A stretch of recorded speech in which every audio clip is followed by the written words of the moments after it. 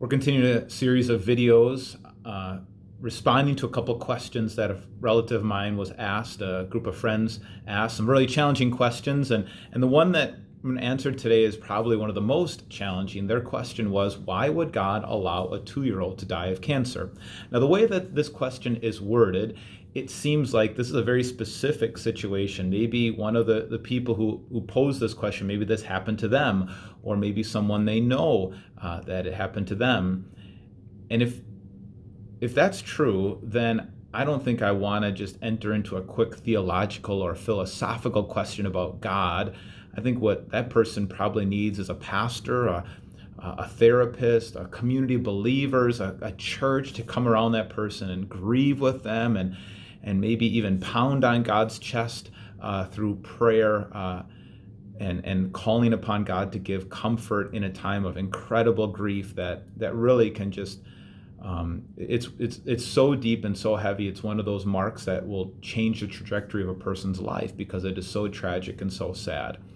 And so if that's you, that's where I would like to start, is just to grieve with you.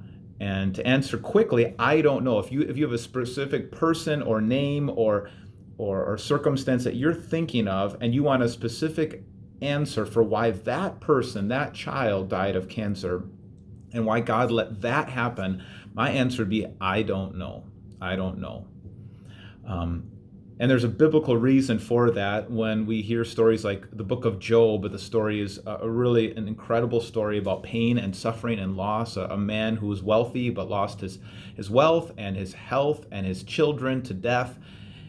And he called out to God for an answer, cried out to God, and God did not give him an answer as to why. And that's pretty common, that we don't always get the why question answered.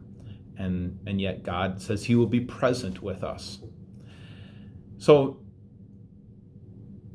looking at it that way, now we can maybe move into maybe the lecture hall, the philosophy classroom, the theological classroom, and discuss this in maybe a more cold way of trying to see the logic behind it, or answering the question, why does God allow these tragic things to happen?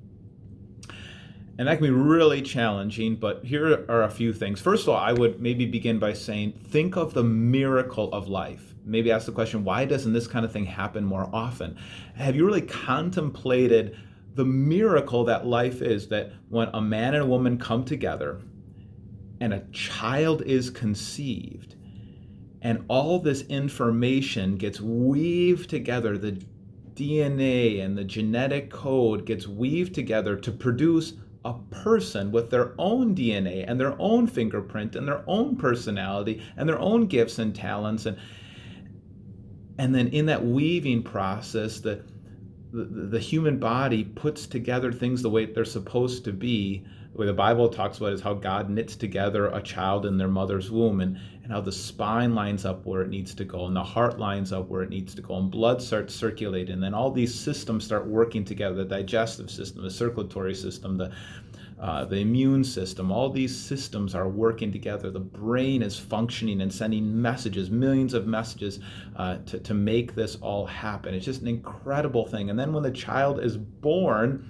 it automatically, the holes in the heart and the whole circulatory system that was working off the mother system, now all of a sudden this child, all those holes close up, they start breathing on their own, their heart starts beating on their own, and then they start eating on their own from food from the mother. And I remember when our children were born and the lactation consultant was talking with us, and I was asking them about the difference between using formula or breastfeeding, and she said, there is nothing we could produce anywhere close to the colostrum in the mother's milk that the mother makes. There's no product that we could come up with and put into a can and that would be anywhere close to nutrients and the information and the antibodies and all the things that the mother passes on to the child. So just think about the miracle of life, first of all, and the blessing and the gift that is. And then that's why it's such a tragedy when a child that brings so much joy and happiness and it's such a miracle doesn't make it. So I could say a couple things. First of all, sometimes they do. The founding pastor of this church Their child was an emergency birth, and the child was without oxygen for several minutes, and the doctor told the pastor that most likely, 100% pretty much, your child will either be brain dead or have severe disabilities or not make it at all. And the child came out perfectly healthy, no issues whatsoever. And the doctor said, I have no idea how that happened. That is a complete miracle. That does not make scientific sense. Now, that doesn't what always happen. There are children who die. Now, why is that? Well, let's step back and remember a couple things. First of all, God created the world good. That's what it says in the first pages of the Bible. God created a world without death, without sin, without disease or cancer. And yet humans fell into sin. We walked away from God, that's what it says in Genesis chapter 3, and brought sin and death into the world. And so death is our enemy. That's why we hate it. That's why we're so angry about it. It's not just this thing that this natural process that we all go through. It's not natural. It is our last enemy. And so the way that God dealt with our enemy is not to just fix all these little problems every once in a while, but he decided to fix the ultimate problem of death by coming into this world and dying himself in Jesus Christ, and then being raised to life on the third day, coming back from death, defeating death. And it says in the Bible that because Jesus lives, and that's one of the most historical facts in history, that he was dead and he came back to life. Because he lives, we too will live. That what happened to Jesus is going to happen to the whole world and all those who follow him, that God is going to resurrect all people, resurrect that 2-year-old, resurrect and defeat death completely, not just piecemeal hope, not just kind of deal with it, but deal with it completely. It still leaves some pain. Why doesn't God do miracles, more of them? But maybe you could say it this way. Where do you want God to, where does it stop? Should God never allow a hangnail? Should God never allow you to hurt your arm or break an arm? Or should God step in at every little circumstance? And theologians who said if God would do that, well, then we would not have freedom. And freedom being so important, that risk of freedom is the risk of allowing this world to spin out of control, even with very sad, horrible things like cancer. So I would say, in more of a philosophical, theological answer to it, is God created a good world that went bad. He gave us that freedom that we could choose and run away from him, because that's what love is. He didn't make these robots.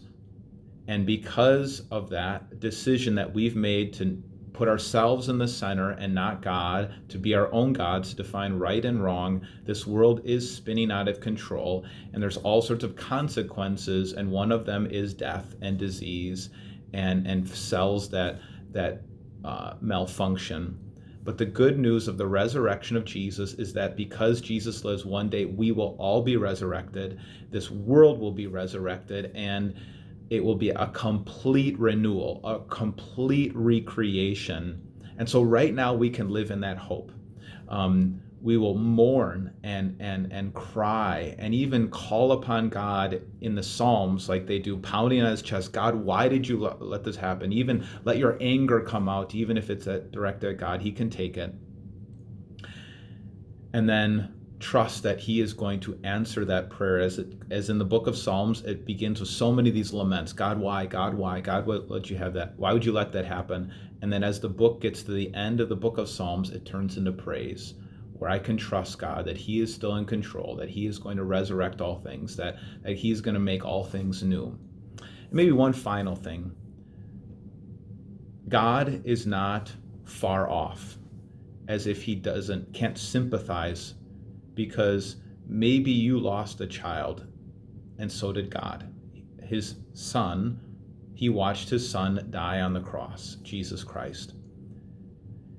And so we have a God who doesn't stay far from our suffering, who just looks at it from a calculated, cold perspective, but one who has felt as deep as any of us feel the pain and the loss and the suffering of death, who has felt it in his own body.